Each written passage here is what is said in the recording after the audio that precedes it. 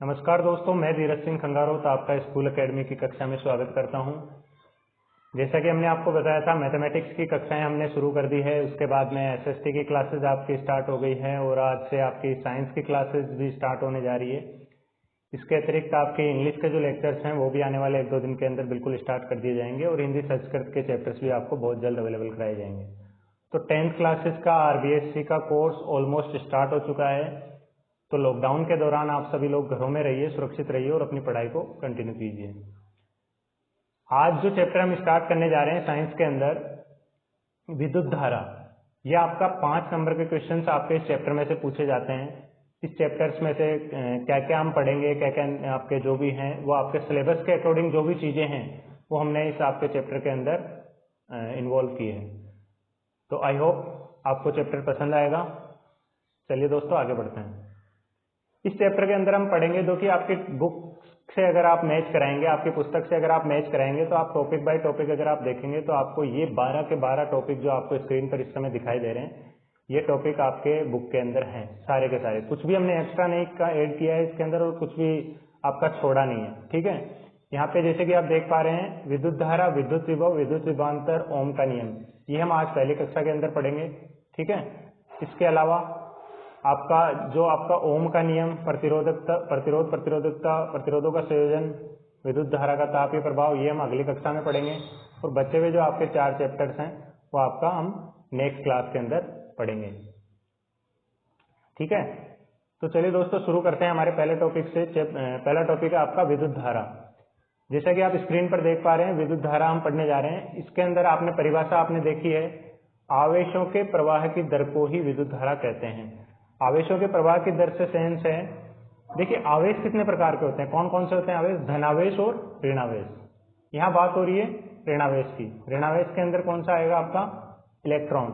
Electron की हम बात कर रहे हैं। ठीक है, आवेशों के प्रवाह की दर को ही विद्युत धारा कहते हैं कि यदि किसी चालक तार में मान लीजिए जितने आवेश फ्लो होंगे, जितने आवेश प्रवाहित होंगे, जितने आवेशों का प्रवाह होगा, उतनी ही उस तार के अंदर धारा प्रवाहित होगी। ठीक है, इसी को हम कहते हैं विद्युत धारा। आवेशों के प्रवाह की दर को ही विद्युत धारा कहते हैं। विद्युत धारा का फॉर्मूला आपका हो गया आवेश बटा समय। वेरी मोस्ट इंपोर्टेंट फॉर्मूला, आवेश बटा समय। आवेश को हम व्यक्त करते हैं Q से, समय को हम व्यक्त करते हैं T से, और I से हम व्यक्त कर रहे हैं कैपिटल I से विद्युत धारा को। और मैं आपको बता दूं कि विद्युत धारा का जो मात्रक होता है, 1 नंबर में कभी कभी पूछ लिया जाता है आपसे, वो होता है आपका एम्पियर। ठीक है, विद्युत धारा को किस में नापते हैं अपन, एम्पियर के अंदर। अब आगे चलते हैं अपन। यदि इलेक्ट्रॉन पर आवेश E है तथा T समय में N इलेक्ट्रॉन किसी बिंदु से गुजरते हैं तो T समय में उस बिंदु पर लगने वाला कुल आवेश कितना होगा। Q इज इक्वल टू, कि भाई किसी भी अगर मान लीजिए चालक तार है, उसमें T समय में अगर N इलेक्ट्रॉन गुजरते हैं तो उस बिंदु से गुजरने वाला कुल आवेश कितना होगा, उस चालक तार में स्थित उस बिंदु से गुजरने वाला कुल आवेश होगा Q is equal to NE। ठीक है, N होता है आपका नंबर ऑफ इलेक्ट्रॉन, इलेक्ट्रॉनों की संख्या, कि इलेक्ट्रॉनों की संख्या कितनी है। ठीक है, E जो होता है वो फिक्स होता है, कांस्टेंट होता है, उसकी वैल्यू होती है 1.6 इंटू 10 की घात -19। ये 10 की घात के अंदर है -19, ध्यान देना यहाँ पे। ठीक है, 1.6 इंटू 10 की घात -19, ये इलेक्ट्रॉन का आपकी जो फिक्स वैल्यू होती है, इलेक्ट्रॉन पर आवेश कितना होता है उसकी फिक्स वैल्यू होती है। यहाँ पे आपको इस फॉर्मूले से संबंधित न्यूमेरिकल भी आपसे पूछे जा सकते हैं कि यदि किसी बिंदु पर 5 आवेश जो भी है आपके 5 जो आवेश हैं वो एक पर्टिकुलर समय के अंदर गुजरते हैं तो उस बिंदु से गुजरने वाला कुल आवेश कितना होगा। तो यहाँ पे आप बताएंगे कि उस बिंदु से गुजरने वाला आवेश होगा Q is equal to NE। N की वैल्यू आपने बताई 5, E की वैल्यू है आपकी फिक्स। तो इस तरीके से रख के हम आवेश को कैलकुलेट कर सकते हैं। ठीक है दोस्तों, नेक्स्ट हम पढ़ते हैं। आवेश को देखो किस में मापते हैं अपन, कूलाम में। ठीक है, आवेश को किस में मापते हैं, कूलाम में। इसके अलावा आपने देखा विद्युत धारा का फॉर्मूला, आवेश इज इक्वल टू मैंने बताया था, विद्युत धारा इज इक्वल टू बताया था आवेश अपॉन समय।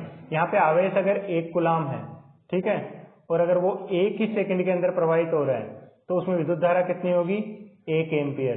तो यहाँ पे यही आपकी 1 एम्पियर की परिभाषा है कि यदि किसी बिंदु से 1 सेकंड से गुजरने वाले आवेश का मान 1 कूलाम हो तो विद्युत धारा कितनी होगी, 1 एम्पियर होगी।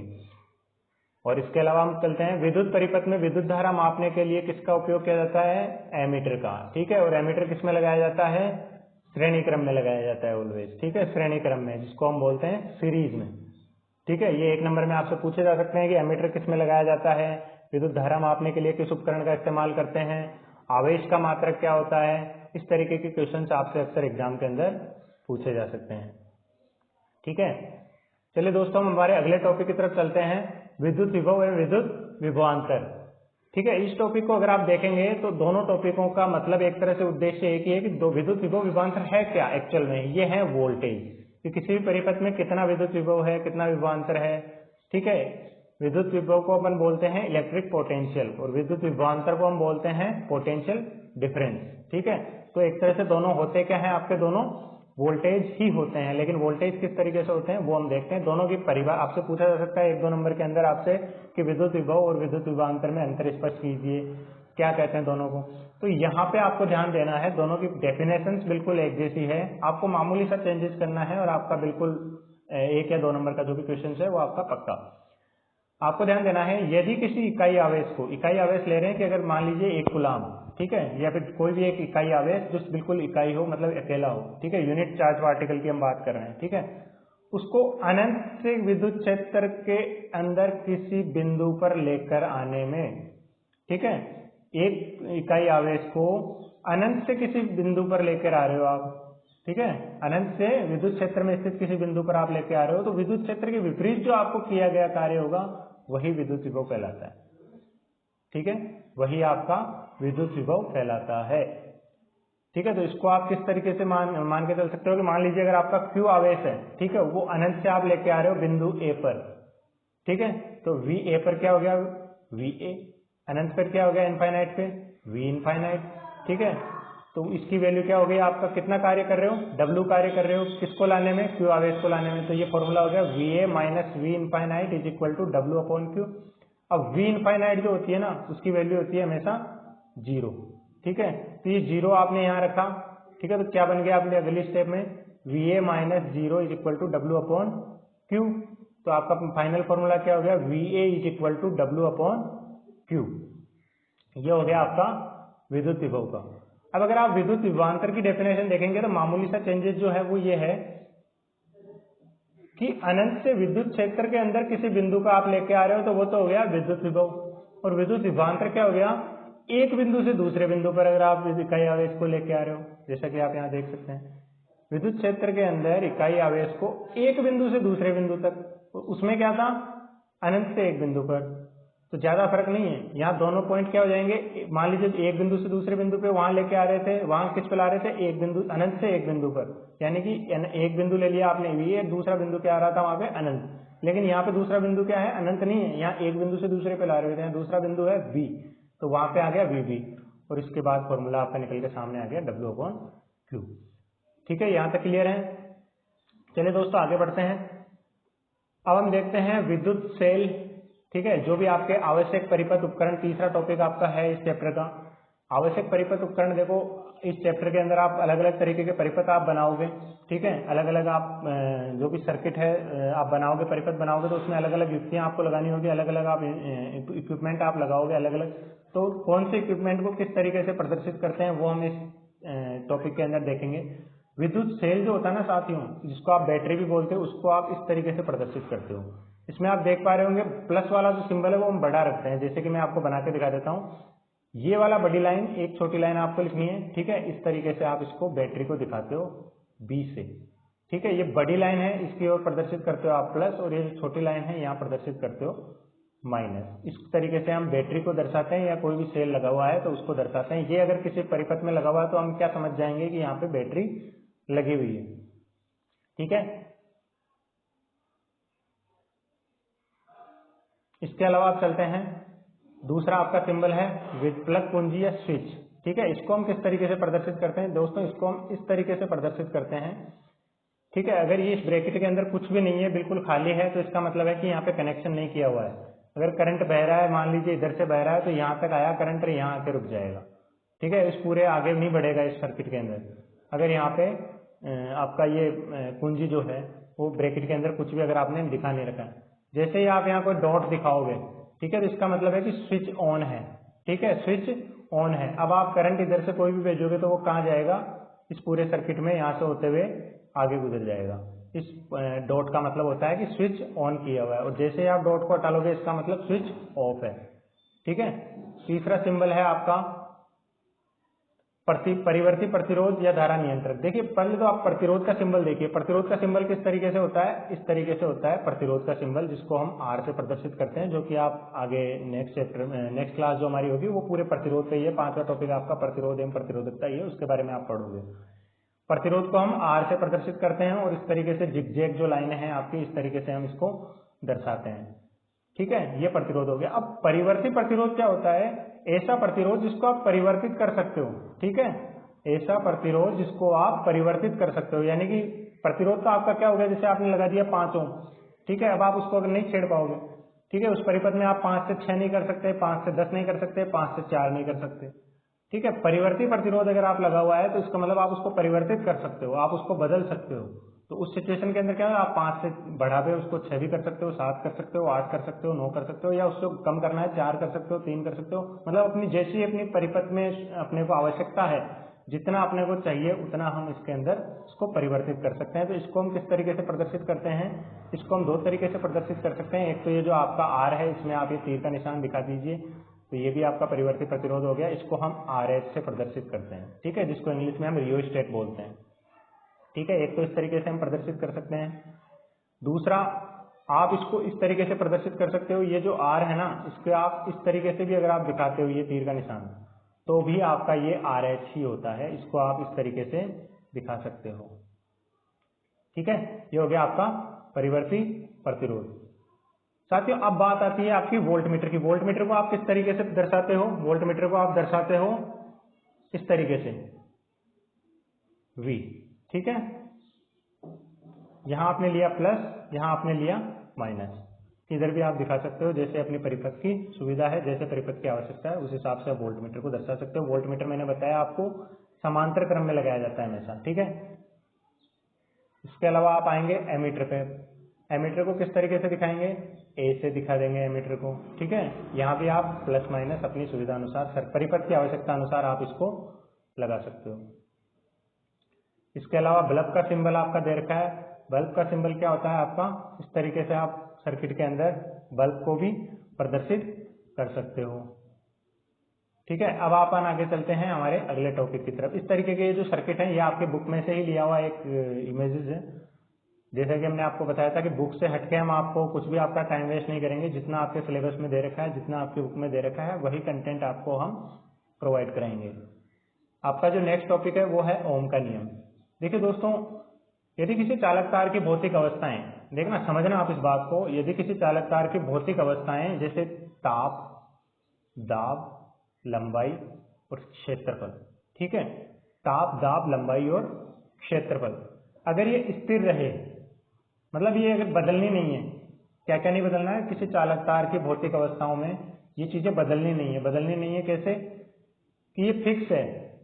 कोई भी आपने वायर ले लिया तो उसकी लंबाई भी नहीं बदलनी है आपको, उसका टेम्परेचर भी नहीं बदलना है, उसके अंदर कोई प्रेशर अगर अप्लाई हो रहा है तो वो भी नहीं अपने को वेरी करना है, और आपका उसका जो क्रॉस सेक्शनल एरिया जो भी उसका क्षेत्रफल है उसको भी नहीं बदलना है, ठीक है। ये सब फिक्स है, ये सब कांस्टेंट है।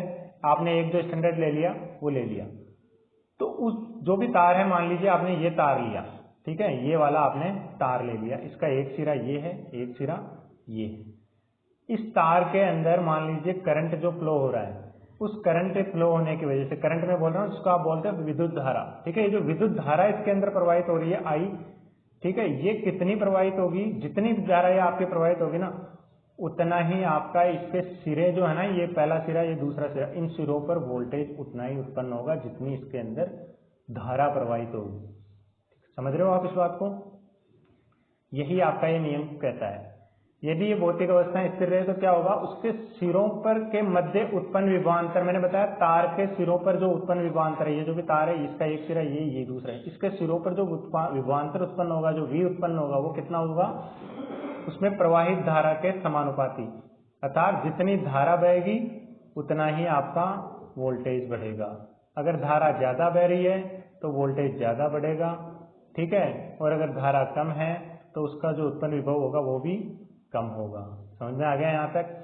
और जैसे कि साइंस में हम जानते हैं, अगर समानुपाती हम हटाते हैं, ठीक है, तो आपका एक कांस्टेंट निकल के सामने आता है। यहाँ आपका कांस्टेंट जो नियत जो निकल के सामने आया है वो आया है आर।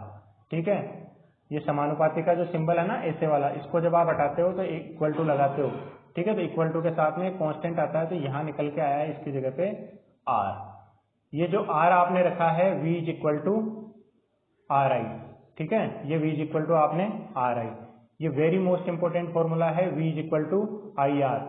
ये फॉर्मूला आपको याद होगा तो ही आप इस चैप्टर के क्वेश्चन आप कर पाएंगे। अगर ये आपको फॉर्मूला याद नहीं है तो आप प्रतिरोधों का संयोजन नहीं पढ़ पाएंगे, आप सीरीज कॉम्बिनेशन, श्रेणी क्रम संयोजन, समांतर क्रम संयोजन, किसी भी तरह का कोई सा भी क्वेश्चन विद्युत परिपथ, विद्युत धारा, इस अध्याय से जुड़ा हुआ क्वेश्चन आप नहीं कर पाएंगे। तो ये फॉर्मूला आपके लिए मस्ट कंपलसरी है कि आप इसको लर्न करें, v बराबर आई आर, v बराबर आई आर।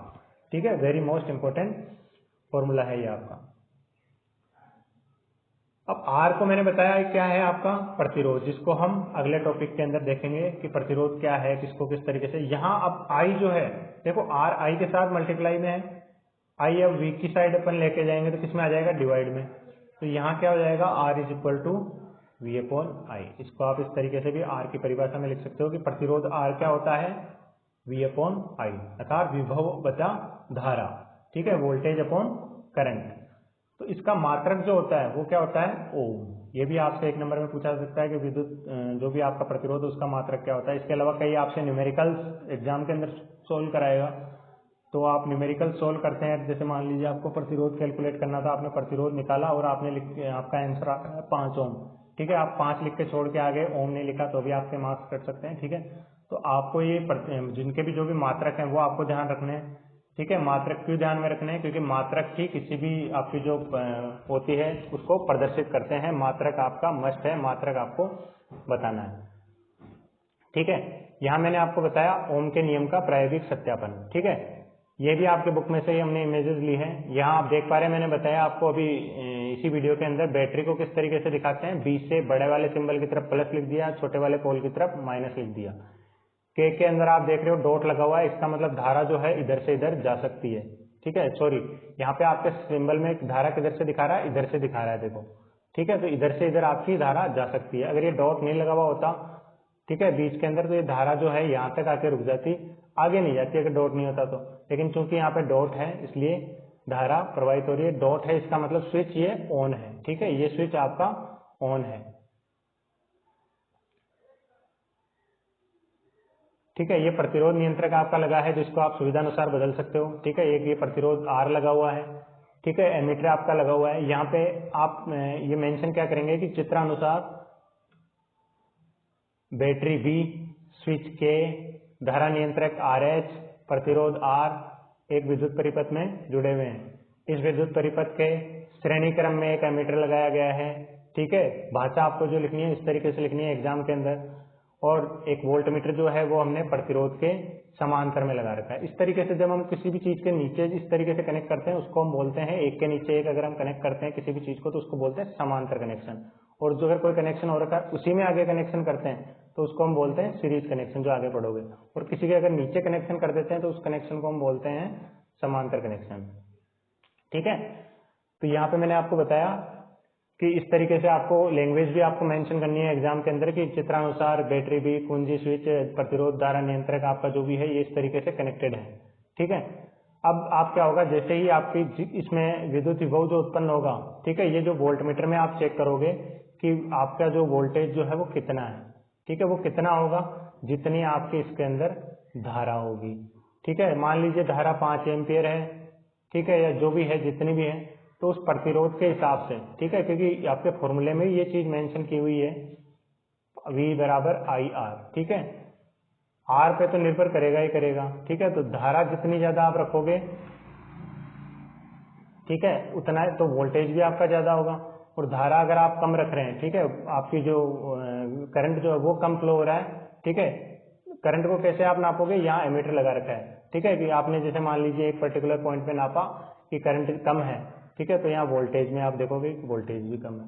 जैसे ही पता चला कि ये धारा ज्यादा है, ठीक है, तो आपका क्या होगा, वोल्टेज भी ज्यादा मिलेगा आपको यहाँ पे।